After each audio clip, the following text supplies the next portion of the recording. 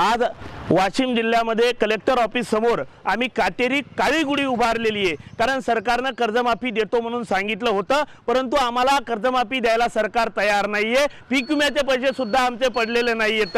सरकार आम्हाला भुलवतंय, कारण सरकार म्हणते राज्य सरकारवर लय मोठं कर्ज झालेलं आहे। कर्ज काही शेतकऱ्यामुळे झालेलं नाहीये, नेत्यांच्या घोटाळ्यामुळे कर्ज झालेलं आहे। आणि तसंही 70,000 कोटी रुपयाच्या घोटाळ्याचा आरोप तर सन्माननीय अजित पवार साहेबांवरच आहे। कारण मुख्यमंत्री महोदयांनीच काही दिवसा अगोदर त्यांच्यावर आरोप केले होते की 70,000 कोटीचा घोटाळा यांचा आहे। मग या 70,000 कोटीच्या घोटाळ्यापैकी आमची 34,000 कोटीची शेतकऱ्याची कर्जमाफी करा।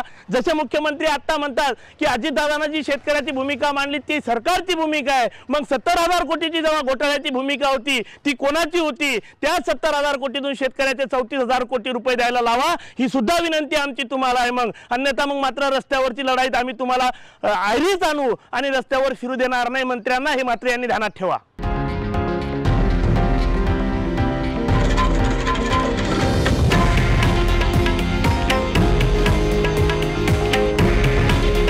हे आहे देशातील नंबर 1 न्यूज नेटवर्क आणि आपण पाहत आहात TV9 मराठी। काळजी तुमची, हित महाराष्ट्राचं।